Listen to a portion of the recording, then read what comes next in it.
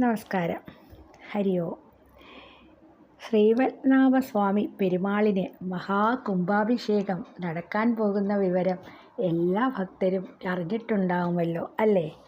292 വർഷങ്ങൾക്ക് ശേഷമുള്ള സ്തൂപിക പ്രതിഷ്ഠ മഹാകുംഭാഭിഷേകമാണ് വരുന്ന ജൂൺ 8 ശ്രീപത്മനാഭസ്വാമി ക്ഷേത്രത്തിൽ നടക്കാൻ പോകുന്നത്.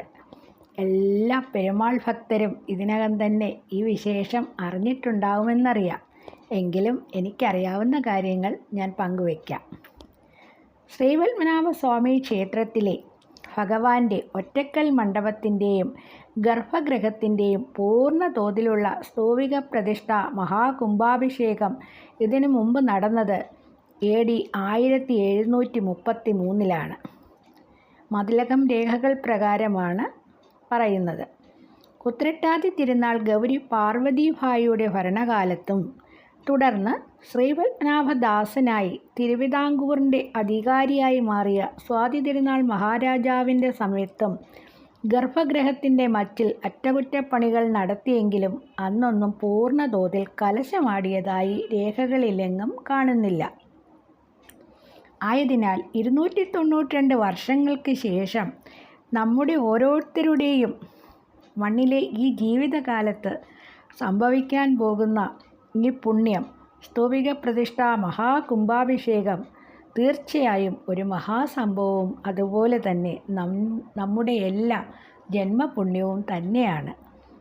ജൂൺ 8 നടക്കുന്ന സ്തൂപിക പ്രതിഷ്ഠ മഹാകുംഭാഭിഷേകത്തിന് മുന്നോടിയായുള്ള ചടങ്ങുകൾ ജൂൺ 2 മുതൽ ക്ഷേത്രത്തിൽ ആരംഭിച്ചിട്ടുണ്ട്. ആചാര്യവരണം, പ്രസാദശുദ്ധി, ചതുശുദ്ധി, ധാര, പ്രായശ്ചിത്ത ഹോമം, കലശം, ശാന്തിഹോമം, തത്വഹോമം, ദ്രവ്യകലശം എന്നീ ആചാരപരമായ മഹനീയങ്ങളായ ചടങ്ങുകളാണ് തുടർന്നുള്ള ദിവസങ്ങളിൽ സ്തൂപിക പ്രതിഷ്ഠ മഹാകുംഭാഭിഷേക ദിവസം വരെ നടന്നുവരുന്നത്.